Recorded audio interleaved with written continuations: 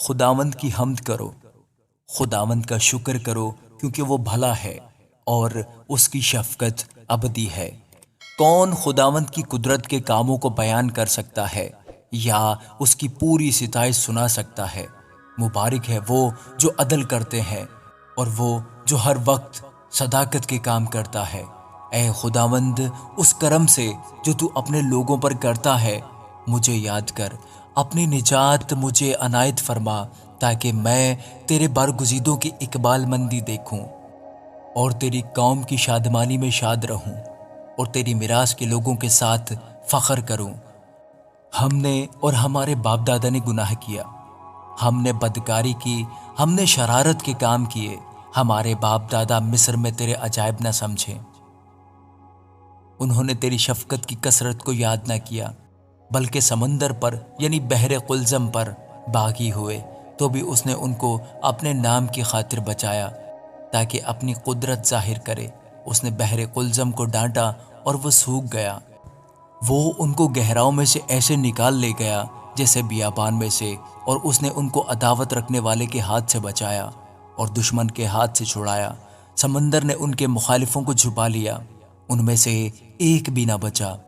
تب انہوں نے اس کے قول کا یقین کیا اور اس کی مدح سرائی کرنے لگے۔ پھر وہ جلد اس کے کاموں کو بھول گئے اور اس کی مشورت کا انتظار نہ کیا، بلکہ بیابان میں بڑی ہرس کی اور صحرا میں خدا کو آزمایا۔ سو اس نے ان کی مراد تو پوری کر دی، پر ان کی جان کو سکھا دیا۔ انہوں نے خیمہ گاہ میں موسیٰ پر اور خداوند کے مقدس مرد ہارون پر حسد کیا، سو زمین پھٹی اور داتن کو نگل گئی اور ابرام کی جماعت کو کھا گئی، اور ان کے جتھے میں آگ بھڑک اٹھی اور شعلوں نے شریروں کو بھسم کر دیا۔ انہوں نے حورب میں ایک بچڑا بنایا اور ڈھالی ہوئی مورت کو سجدہ کیا۔ یوں انہوں نے خدا کے جلال کو گھاس کھانے والے بیل کی شکل سے بدل دیا۔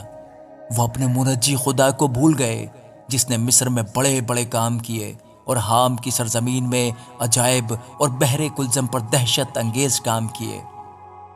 اس لیے اس نے فرمایا، میں ان کو ہلاک کر ڈالتا اگر میرا برگزیدہ موسیٰ میرے حضور بیچ میں نہ آتا کہ میرے قہر کو ٹال دے، تا نہ ہو کہ میں ان کو ہلاک کروں۔ اور انہوں نے اس سہانے ملک کو حقیر جانا اور اس کے قول کا یقین نہ کیا، بلکہ وہ اپنے ڈیروں میں بڑبڑائے اور خدا کی بات نہ مانی۔ تب اس نے ان کے خلاف قسم کھائی کہ میں ان کو بیابان میں پست کروں گا اور ان کی نسل کو قوموں کے درمیان گرا دوں گا اور ان کو ملک ملک میں تتر بتر کروں گا۔ وہ بال فغور کو پوجنے لگے